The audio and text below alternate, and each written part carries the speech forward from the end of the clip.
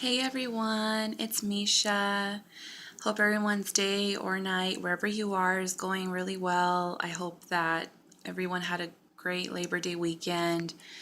Um, Anyhow, I attempted to upload a video talking about how I have, I don't want to say like won the battle, but how I've managed my panic disorder slash derealization, depersonalization panic attacks.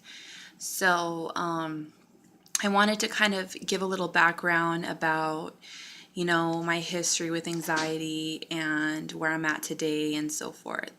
So what I want to say first is I wanted to dedicate this video to Kidney Blocker 2000. Just a shout out. Thanks for watching my video and for, waiting patiently for this video to be made. Now, I want to say this really fast before I end up not being able to upload the video. So, first of all, I've had anxiety all my life. I've had a little bit of depression all my life. But when I got to high school, I started to have social anxiety. I remember not wanting to go to school because I felt socially awkward and just like everybody was staring at me and stuff like that. And I was a normal kid. I had my little group of friends. I was in the color guard dance team with the marching band at school. I was deeply involved with basketball and with friends. I partied a little bit. I had a social life. So it wasn't like I was just socially awkward in general. Um, I mean, no offense to anyone who is, that's, something hard to deal with, but I kind of had to like fake it, like fake the funk, as they say here in America, just so I can, kind of um, not look too awkward, but inside I felt out of place all the time, every moment of the day, even around my best friends. So, anyhow, to this day, I don't really have much friends anymore because I have isolated myself a lot. I The reason why I do that, and I'm sure a lot of you do the same, that struggle with the same as me, is because I don't want to like burden anybody with what I'm going through. And a lot of my friends kind of stopped trying because they tried so hard to get in touch with me, get a hold of me, and then I just kind of just cut not cut them all off, but I just stopped trying, so then they stopped trying, and I can't blame them for that. um so basically, um it's just what do you call it, one second. Also, I have to drink this tea a lot. It's called Stress Ease. You could buy it at Sprouts. I don't know if they have that anywhere else, but this is here in California. It's like a cinnamon tea. I just love how the box looks. Um, Anyhow, it's like really pretty packaging. I have to drink that a lot to kind of calm myself down, along with my anxiety meds. So just to hurry up and get this straight, I started having panic attacks, full blown panic attacks a year ago, and it just kind of happened out of nowhere.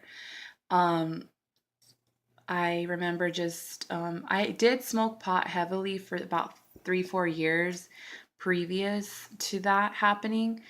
And I did it because it helped me study well, it helped me read, and it helped like read and like, you know, get really deep into the material I was reading, which was a lot of health sciences stuff like anatomy, physiology, chemistry, physics, and all that. So it helped me kind of retain that information and kind of like be like absorbed in it. Um, However, and I loved smoking pot. I felt like it helped me with everything. I think it even helped me with my anxiety at the time, like my social anxiety, generalized anxiety. But then one day out of nowhere, well, I met my fiance, and at the time we were boyfriend and girlfriend. We moved in together, and then we just smoked a lot, like more than I ever have in my life. And I don't know, I've heard from other people that doing that kind of has made them get into panic attacks where they had to stop smoking for some years or altogether forever. So I'm at that point now where I don't smoke at all because I find that it makes my anxiety worse. So I remember just completely, when I started having panic attacks, I just was just feeling hopeless. I was always in bed. I was on medication. I was in and out of the ER. I was calling 911 all the time, having them transfer me to the hospital. And then afterwards, I was seeing a psychiatrist who prescribed me clonazepam.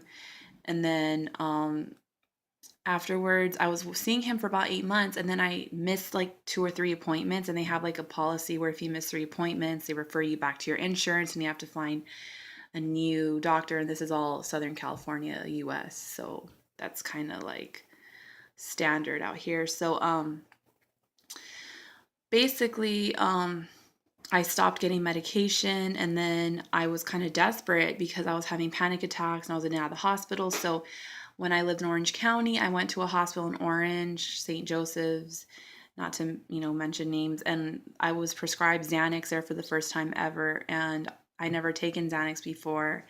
And the first time I took it, I felt like, oh my goodness, like it was the most amazing thing I ever took, in my opinion. I had no anxiety at all whatsoever.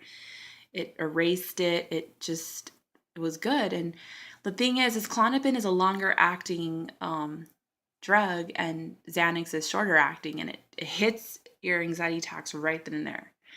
But I mean, mind you, I was taking Klonopin twice a day, every day for 8 months previous to taking Xanax. So I had to take Xanax all the time just to stop my anxiety and mostly to stop the withdrawals from the Klonopin. So after that, I just started buying Xanaxes off the street. I'll be honest with you, and I'm not proud of this. But I had to do what I had to do. I was trying hard before doing that to find a clinic that would, or a doctor that would help me, and nobody would help me get any kind of medicine ever. This was like around early 2016. So out here in California, it is very, very hard to get any kind of controlled substances. Even if you have a difficult problem, they don't care. Doctors are scared of the DEA, which is a drug enforcement agency here in the US. They're scared of that, their license getting turned off, or losing their licenses over prescribing medicine. So I had to find Xanaxes, and then the only Xanaxes that my boyfriend was able to help me find were the bars, and I would take the yellow banana bar, sometimes a white one, sometimes a green ones. It didn't matter. And I was so hooked on those things. I loved those things. Like, they were my everything. I felt like they solved all my problems. And then finally, I was just always in bed. I remember, you know how sometimes you sleep in and then you wake up and then you're just, well, I would sleep in, I would wake up, and immediately I needed my water and I needed to take a Xanax bar right away to stop my withdrawal, because I would wake up sweating. I'd wake up already panicking, like, so, and then it would just erase immediately. And then I got to the point where I couldn't do it anymore. I just said, you know what, I need help. My habit was about $600 to $700 a month, and so I stopped, and I called everywhere in California to help me get into rehab, and I was almost about to get into a really good detox center that was a medical detox, very top-notch place, and I got rejected because my insurance did not cover it. So I was like, what am I gonna do? I was put on like 3 different waiting lists. And then finally I got a call back from a place in Pomona, and that was one of the worst experiences in my life. And I'll get a little bit more into that. Just let me go ahead and upload this, and I'll do the part 2 because I think I don't want to get cut off. Thank you.